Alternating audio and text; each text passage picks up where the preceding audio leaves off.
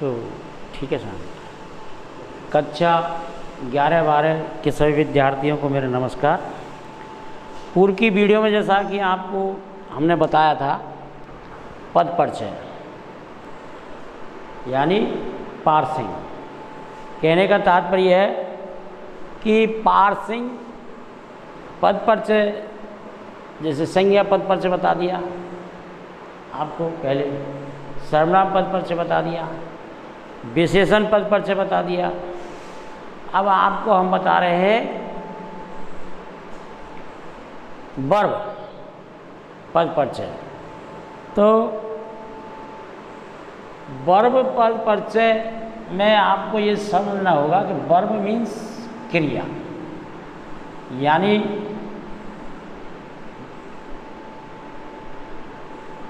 क्रिया किसको कहते हैं, क्रिया का क्या तात्पर्य है। पहले अपन इस बात की परिभाषा सीख लें।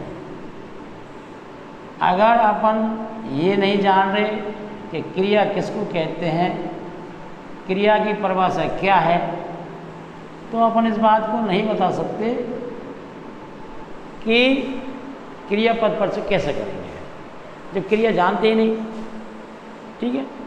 अब क्रियाएं कई तरह की होती हैं, जो हमने उसके भेद भी लिखे हैं, बता देंगे आपको। पहले क्रिया की परिभाषा सुनो। क्रिया की परिभाषा क्या है, तो देखिए क्रिया किसको कहते हैं। ठीक है। आप इंग्लिश में वर्ब कहते हैं, संस्कृत में लकार समय को कहते हैं, धातु कहते हैं। ये क्रिया के रूपांतर है। संस्कृत में धातु कह देंगे, इंग्लिश में वर्ब कह देंगे, हिंदी में क्रिया कह देंगे। अपन पढ़ रहे हैं हिंदी। तो क्रिया यानी जिस विकारी शब्द से कर्ता द्वारा किया गया कार्य का करना या होना, कर्ता द्वारा किया गया कार्य का होना या करना पाया जाए, क्रिया कहलाती है। क्रिया कहलाती है। अथवा दूसरी परिभाषा ये भी हो सकती है, क्रिया वह विकारी शब्द होता है, क्रिया वह विकारी शब्द होता है जिससे कर्ता का कुछ उसके साथ विधान किया जाए। अब क्योंकि सब विधान का मतलब कर्ता से क्रिया का संबंध हो किया जाए, और कर्ता से ही क्रिया का संबंध होता है, विधान किया जाए, क्रिया कहलाती है। तो क्रिया की बड़ी परिभाषा नहीं है, हमेशा क्रिया का संबंध कर्ता से मिलता है। वाक्य में 3 चीज़ तो होती हैं। कौन कौन सी? एक वाक्य बोलेंगे कि जैसे मैं जयपुर जाता हूँ। ठीक है। मैं जयपुर जाता हूँ। ठीक है। अब जाता हूँ तो कर्ता, कर्म और क्रिया, ये 3 चीज़ तो होती हैं वाक्य में। हिंदी में तो इसी तरह चलता है, संस्कृत में ऐसे चलता है, लेकिन इंग्लिश में चल जाता है कर्ता, क्रिया और कर्म। ये अंग्रेजी भाषा की बात होता है, अंग्रेजी में ऐसे चलता है। हिंदी में तो ये चलता है कर्ता, कर्म, क्रिया। तो क्रिया लास्ट का शब्द जैसे होता है, होना, खाना, पीना, जाना, ये तो जाता हूँ, ये क्रिया है। ठीक है। तो हम क्रिया पद परिचय बता रहे हैं, ये समझ लिया आप। और क्रिया पद परिचय में क्रिया की विशेषता ही बताना पहले जरूरी है। अगर अपन क्रिया जानते ही नहीं है तो क्रिया पद परिचय कैसे कर देंगे भाई? नहीं होगी। क्रिया पद परिचय जब ही करेंगे जब क्रिया की जानकारी अपन को है। अब बोले साहब ये तो छोटी सी बात है साहब। अरे नहीं, ये छोटी सी बात नहीं है। ये बात को अपन क्या अर्थों में क्या निकालते हैं, पहली क्लास की बात है साहब। क्रिया अकर्मक और सकर्मक क्रिया का है, बोर्ड में 2 नंबर का क्वेश्चन आता है, उसको भी बालक गलती कर देते हैं। ऐसी कोई बात नहीं है। क्रिया बड़ा रूप मानती है, क्रिया के बहुत बड़े रूप हैं, समझ गए। तो अपन जो पद परिचय करने जा रहे हैं, कहने का मतलब सर्वनाम को हो गया, संज्ञा का हो गया, विशेषण को हो गया। अब हम कर रहे हैं क्रिया का पद परिचय। तो क्रिया पद परिचय कैसे होता है सुनिए आप। तो क्रिया कितने प्रकार की हुई, पहले भेद सुन लें। सकर्मक, अकर्मक, पूर्वकालिक, प्रेरणार्थक, संयुक्त और नाम धातु। नाम धातु ठीक, और भी है जैसे दुकर्मक, एकर्मक, एक कर्मक, और भी है क्रिया। ठीक है, तो ये तो कहने का तात्पर्य है, अपन इस बात को तो ध्यान रखें कि किस प्रकार की ये क्रिया है। अब अपन क्रिया के बारे में ये बात करें कि कौन कौन सी क्रिया कैसे कैसे। तो वैसे सकर्मक की बात करें, सकर्मक क्रिया, तो सकर्मक क्रिया क्या बात होगी सुनिए आप। पहले सकर्मक की बात करें तो सकर्मक क्रिया की परिभाषा आना जरूरी है। वैसे मैं सीधे ही शब्दों में बता देता हूँ कि जिस वाक्य में कर्म होता है, कर्म की प्रधानता होती है, कर्म से ही क्रिया का संबंध होता है, कर्ता कर्म क्रिया, तो सकर्मक में कर्म होगा। व्यापार का फल कर्म पे पड़ता है, वह सकर्मक है। जो व्यापार हो रहा है उसका फल किस पे पड़ेगा? व्यापार का फल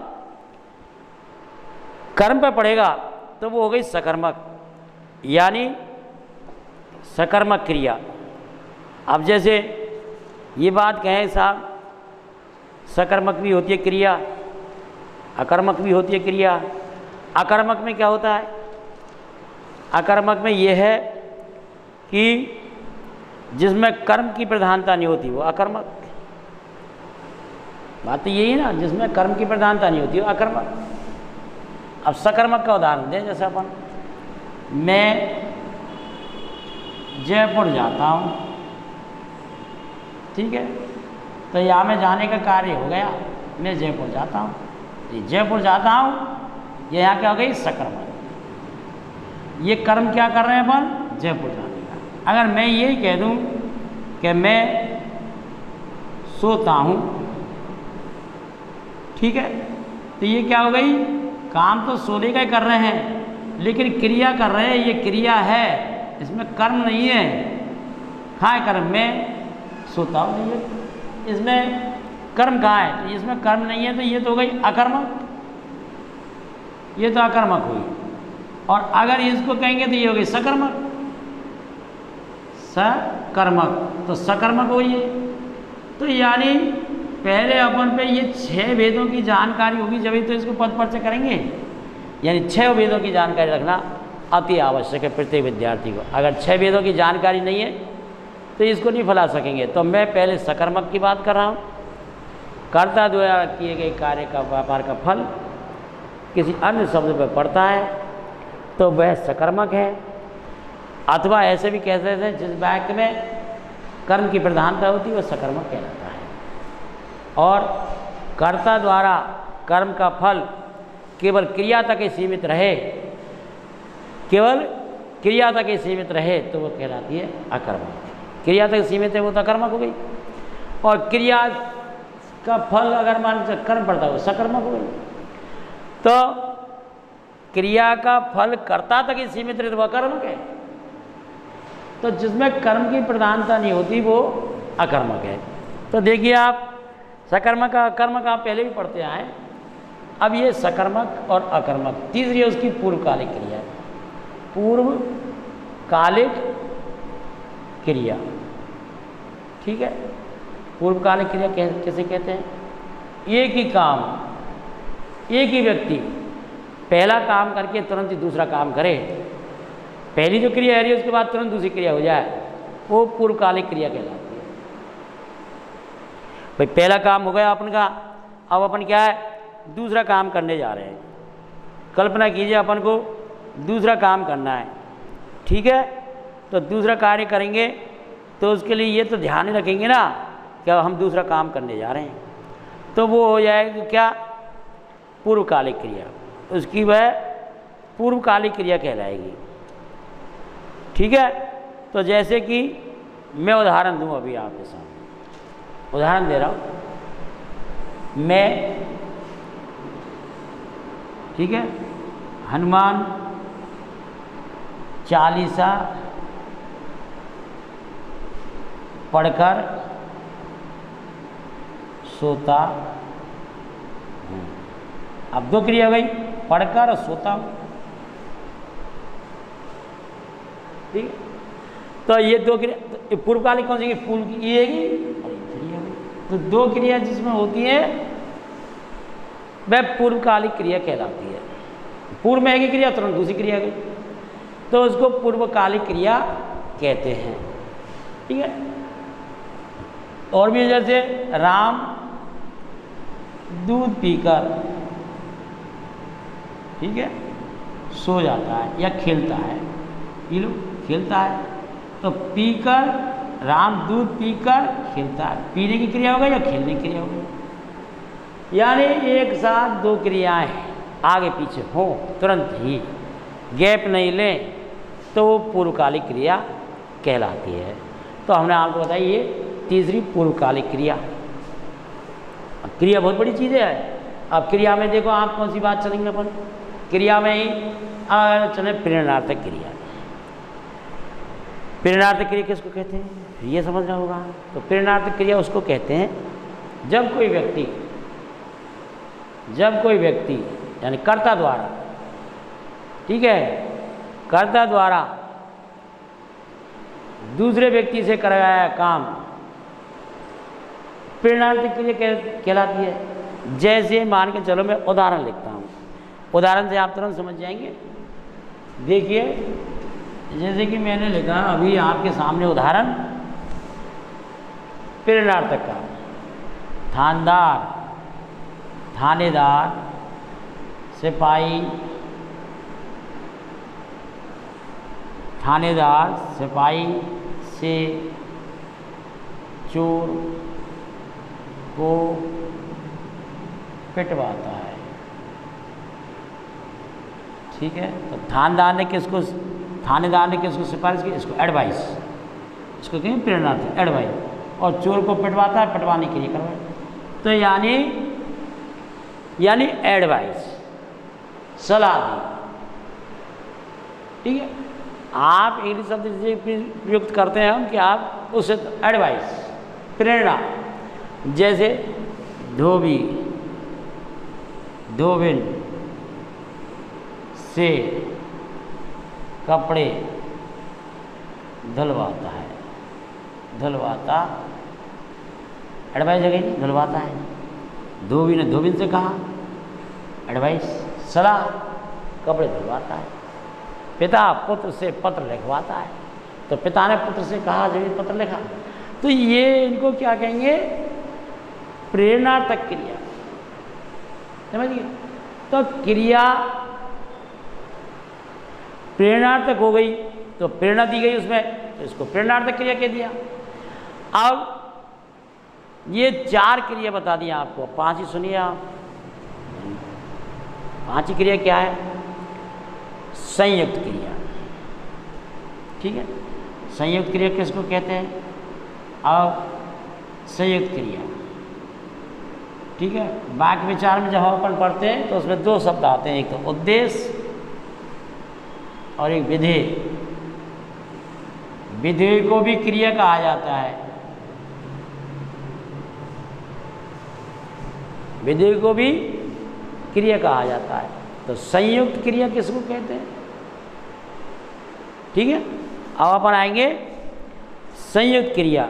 अब संयुक्त क्रिया किसको कहेंगे, इस बात का ध्यान रखें कि संयुक्त क्रिया किसे कहते हैं। ठीक है। तो संयुक्त क्रिया उसको कहते हैं जब एक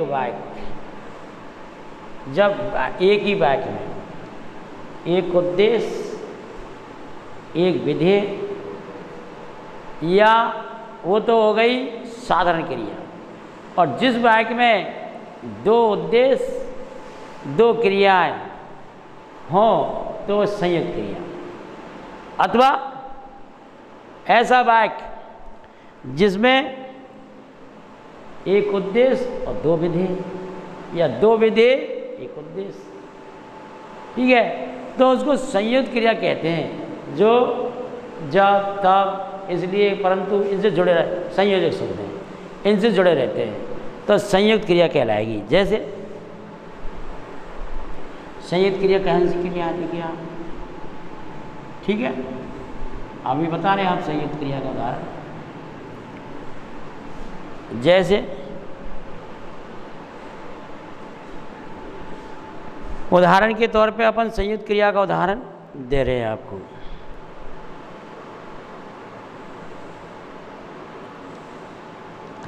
जैसे लिखे आप संयुक्त क्रिया का उदाहरण,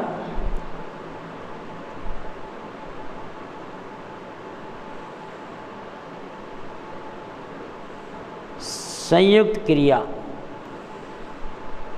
में,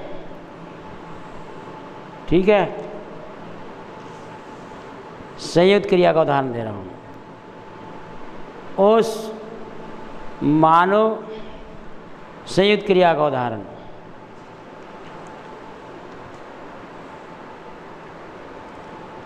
कभी विधेय भी आता है और वो भी आता है। तो देखिए उदाहरण देखिए आप,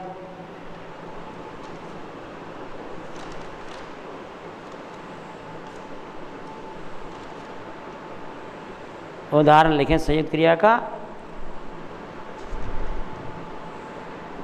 वह खाना, ठीक है, खाकर जा चुका है,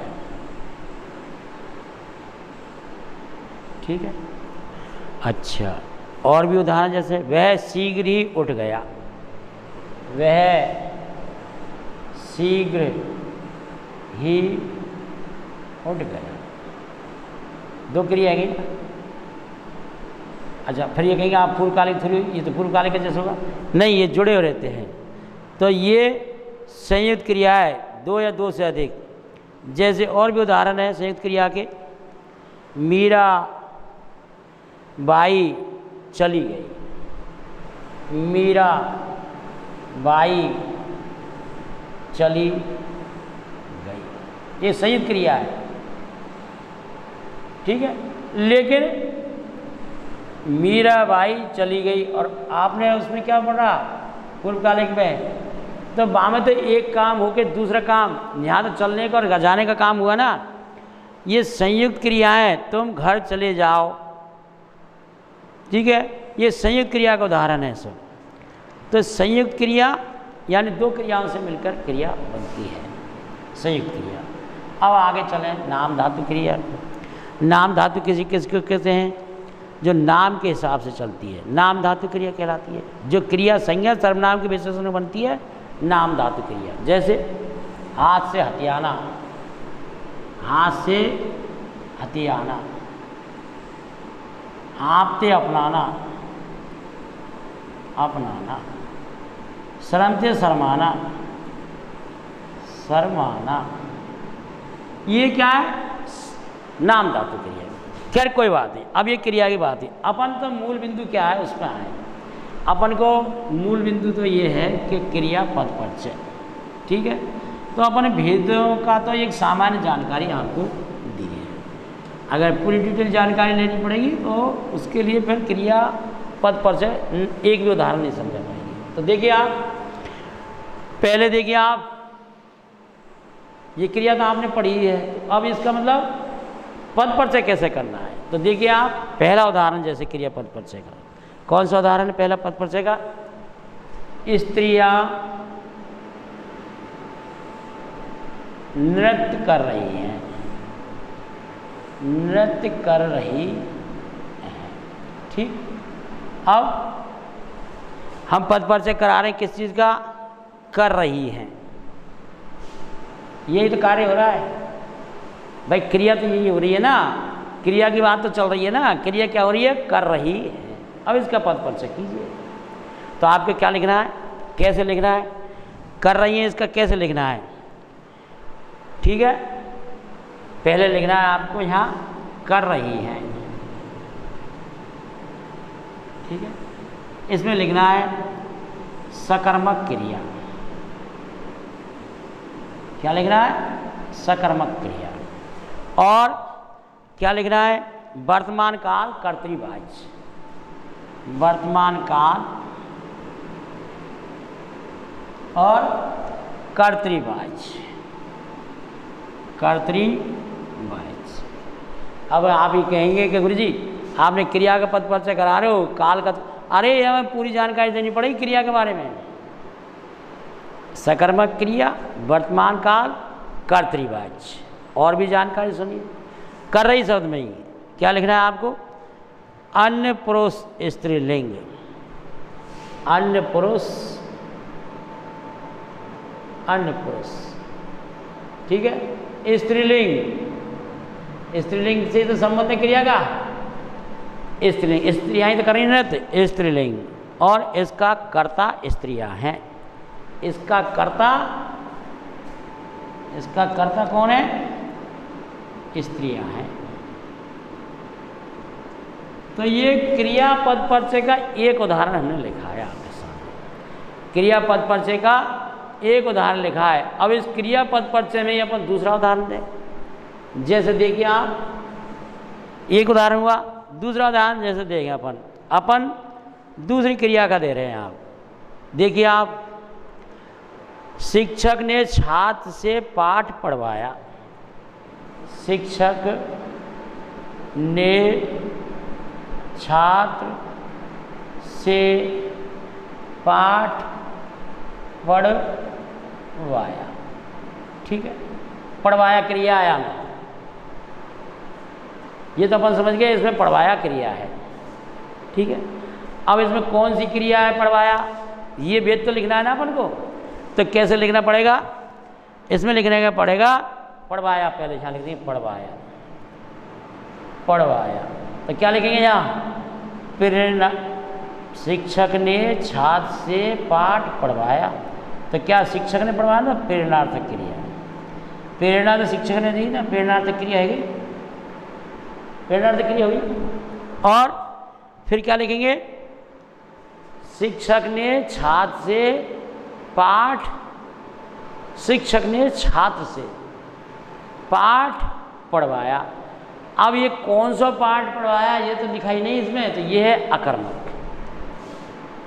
अपन जो लिख देते इस वाक्य को अकर्मक, अगर इस वाक्य को जो लिख देते कि शिक्षक ने छात्र से स्वतंत्रता सेनानी का पाठ पढ़वाया, तो कर्म होगा स्वतंत्रता सेनानी का पाठ पढ़वाया, ठीक है। तो ये अकर्मक क्रिया। और भूतकाल कर्मवाच्य, भूतकाल, भूतकाल है, और ये कर्मवाच्य, इसमें कर्म नहीं है, कर्म का वाच्य। और भूतकाल कर्मवाच्य और एक वचन पुल्लिंग, एक वचन पुल्लिंग, ठीक है। शिक्षक ने छात्र से, तो यहाँ तक है कर्मक, पाठ पढ़वाया, एक वचन पुल्लिंग। अब कर्म क्या है, पाठ, कर्म क्या है, पाठ, ठीक है, पाठ कर्म है। अब आगे क्या लिखेंगे, पाठ है कर्म, और कर्ता है छात्र, कर्ता कौन है, छात्र, कर्ता छात्र है। तो ये क्रिया का पद परिचय हुआ, किसका, पढ़वाया। अब देखिए उदाहरण दूसरा भी देख लें आप। अब दूसरा उदाहरण देखेंगे तो और भी ज़्यादा समझेंगे। कहने का मतलब उदाहरण से ज़्यादा स्पष्ट किया जा सकता है, लिखना इतना है। जैसे मैंने कहा, शायद राम आज घर लौट आए, शायद राम आज घर लौट आए, ठीक है। आए शब्द क्रिया तो ये आने की तो ये ना, आए। अब आने के बाद आप, तो देखिए हम आपको उदाहरण बता रहे थे, तो उदाहरण में जैसे कि अभी दूसरा उदाहरण लिखें, शायद राम आज घर लौट आए, ठीक है। तो इसका अपन पद परिचय करेंगे, क्रिया पद परिचय। तो क्या लिखेंगे, सकर्मक क्रिया, आए शब्द, आए शब्द क्या है, सकर्मक क्रिया, आए। और भविष्यकाल, संभाव्य, संभाव्य भविष्यकाल है, पुल्लिंग बहुवचन। और ये हो गया आय शब्द का पद परिचय। अब जैसे अपन ने उदाहरण दिया, श्रीकांत पुस्तक पढ़कर घर को जाएगा, ठीक है। पढ़कर और जाएगा, इन दो क्रियाओं का पद परिचय, यानी अपन क्रिया पद परिचय की तो बात कर रहे हैं, तो क्रिया पद परिचय क्रिया की तो बात होगी। तो पढ़कर, ये पूर्वकालिक क्रिया, ठीक है। दो क्रिया हो रही है इसमें, पूर्वकालिक पढ़कर, तो ये पूर्वकालिक सकर्मक, ठीक है। घर कर्म है इसमें, कर्ता कर्तृवाच्य, मुख्य क्रिया जाएगा, कर्तृवाच्य और कर्म पुस्तक है। यहाँ कर्म पुस्तक है, श्रीकांत पुस्तक पढ़कर, ठीक है। तो यहाँ पुस्तक कर्म है। अब ये हो गया पढ़कर पूर्वकालिक क्रिया। अब अपन कहते हैं जाएगा, जाएगा क्रिया सकर्मक, भविष्यकाल, अनपुरुष, कर्तृवाच्य, एक वचन और पुल्लिंग। एक वचन पुल्लिंग, कौन है पुल्लिंग? श्रीकांत है। तो एक वचन करता है तो श्रीकांत एक वचन है, पुल्लिंग है। तो ये क्रिया की जानकारी दे दी। अब कर्ता की जानकारी क्यों दी, उसकी क्यों दी? तो ये थोड़ी जानकारी देना सबकी पद परिचय जब ही होता है पूर्ण। ये पद परिचय हो गया। अब लिखे हमने, जैसे अगला उदाहरण कहा, राम ने सीता को पुष्प दिए, ये क्या हो गई? दुकर्मक क्रिया। राम ने सीता को पुष्प, दो कार्य हो रहे हैं ना, राम ने किया पहले तो सीता को दिए तो पुष्प दिए, तो ये दुकर्मक क्रिया। यहाँ में दो काम कर रहे हैं, दुकर्मक क्रिया कर्म हो रहे हैं और सामान्य भूतकाल, ठीक है, दिए सामान्य भूतकाल। अब जैसे मान के चलिए अपन अगला एक उदाहरण और दें, ठीक है। वैसे तो उदाहरण जितने देंगे, जितने लिखेंगे, जितना ही जल्दी सिद्ध होगा। जैसे कि आपने लिखा, राम ने कुत्ते को मारा, ठीक है, राम ने कुत्ते को मारा, ठीक है। अब मारा शब्द की पद पर चले लिखेंगे अपन, क्रिया तो यही है ना, मारा। अब इसमें क्या लिखेंगे? मारा शब्द, तो सकर्मक क्रिया पहले लिखेंगे, सकर्मक क्रिया, ठीक। और फिर क्या लिखेंगे? सकर्मक क्रिया कर्म कारक पुल्लिंग, एक वचन, कर्म कारक पुल्लिंग, राम पुल्लिंग है ना, एक वचन, एक वचन, ठीक। और आगे क्या लिखेंगे? सामान्य भूत कर्ता राम, सामान्य भूत कर्ता राम, क्रिया से संबंध है, क्रिया से संबंध कर्ता का, तो ये हो गया मारा शब्द का पद परिचय। तो यानी इस प्रकार से पूर्ण रूप से सभी विद्यार्थी देख लें, ये क्रिया पद परिचय हुआ। अब इसके बाद अगली वीडियो में आपको दूसरी चीज़ अव्ययकारी पद परिचय बताएंगे। अव्ययकारी पद परिचय कैसे होता